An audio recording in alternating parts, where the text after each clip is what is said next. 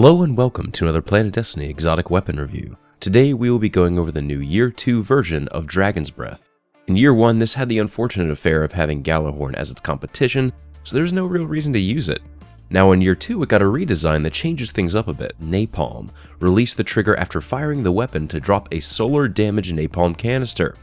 So this perk completely changes the weapon. Instead of firing it and forgetting about it like a normal rocket launcher, you have the option to explode the canister whenever you want to during the flight time by releasing the fire trigger. It's a little weird though. If you release the trigger too quickly, then it'll just continue on like a rocket and hit something eventually.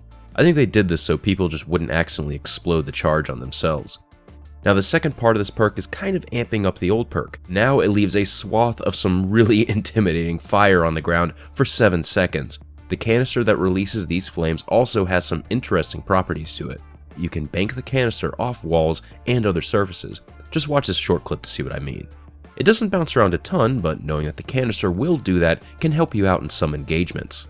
Moving on to the muzzle perks, we have Smart Drift Control, Linear Compensator. Finally, there's Confined Launch. I ended up going with Linear Compensator to help out the lower velocity. You are reducing the blast radius, even though the stat bar actually shows no change. Bungie stated that they wanted the velocity lower on this weapon to help players time the explosion better. I have a hard time with that reasoning because judging the rocket's distance to your target when you're looking at its rear end is actually really difficult no matter what the velocity is. In reality, the lower velocity gives enemies in PvP way more time to notice the rocket heading towards them, tell their teammates, make a pot of tea, and then sidestep it. Stability on this rocket launcher doesn't matter either. It only has one in the magazine, so it's not like you're going to have to correct the recoil for follow-up shots. They could have a muzzle option that left me with 0 stability if it meant squeezing out a little bit more velocity or blast radius.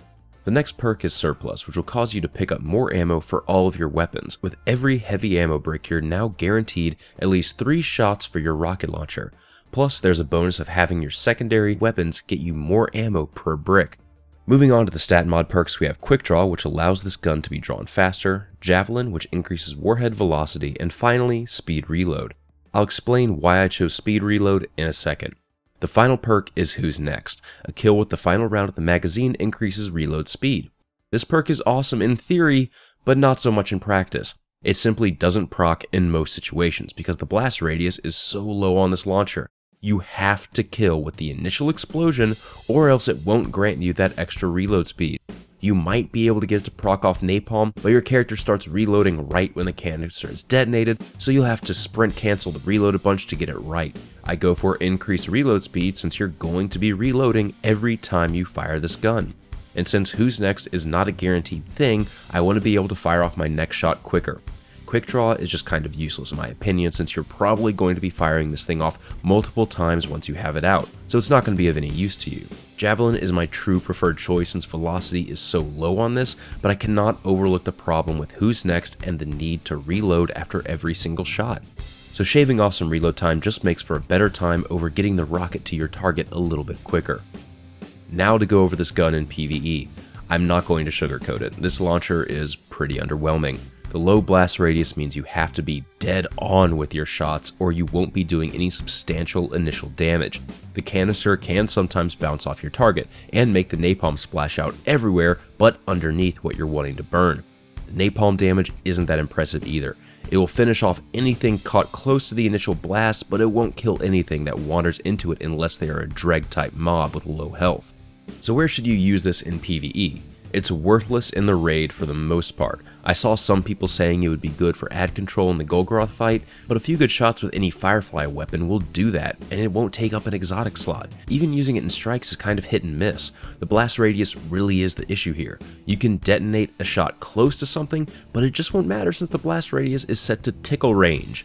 You will really only get to see it shine when you can have a bunch of enemies grouped up together that will take the detonation plus the entire 7 seconds of the napalm.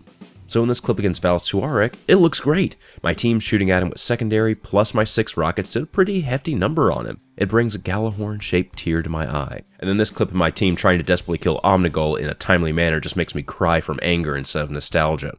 Seriously, it took a long time to kill her with Dragon's Breath, mainly due to the blast radius just not doing anything. The other awesome place that this gun shines is the Black Spindle daily mission. Being able to just cover the rooms in flames makes for a much easier time. You can launch this under a blight that's just about to spawn, and it should take out any of those scions that spawn and deal a good bit of damage to anything beefier. At 310 light level, it won't take out a blight just on its own, but it takes it down low enough that a single scout rifle shot will finish the job. In this footage, I was actually soloing the mission and made it to the last room about a minute slower than I would with a full group. Let's move over to PvP. Again, this launcher is just not going to do well in PvP outside of unbelievably finite circumstances. The short review for PvP is, if you're using Truth as your exotic, then keep using it.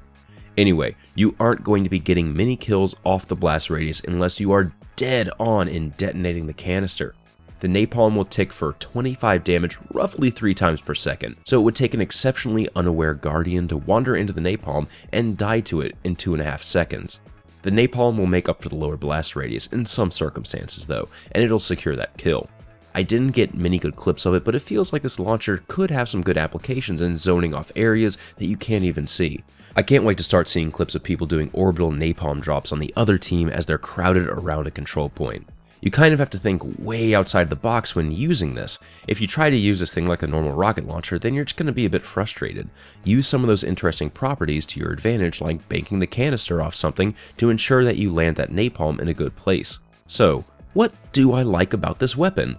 The aesthetics are just perfect. The napalm looks fantastic with a pretty gnarly smoke effect. The actual model is unchanged and still has those overheating exhaust pipes on the side when you fire the rocket. The best thing about it is the sound design though. A dragon's breath is nothing without the growl of the beast behind it.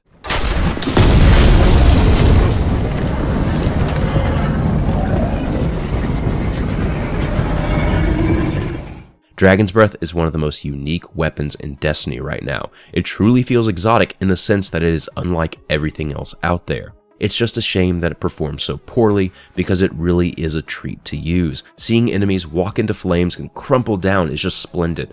The flavor text phrase, "burn the world, burn it all," is evoked every time you use this launcher and get entranced by that first explosion. I just wish that the blast radius was a little bit larger or the flames were a little bit more deadly. I hope you guys enjoyed this review. This has been Patrick Casey with Planet Destiny, your guide to the Destiny universe.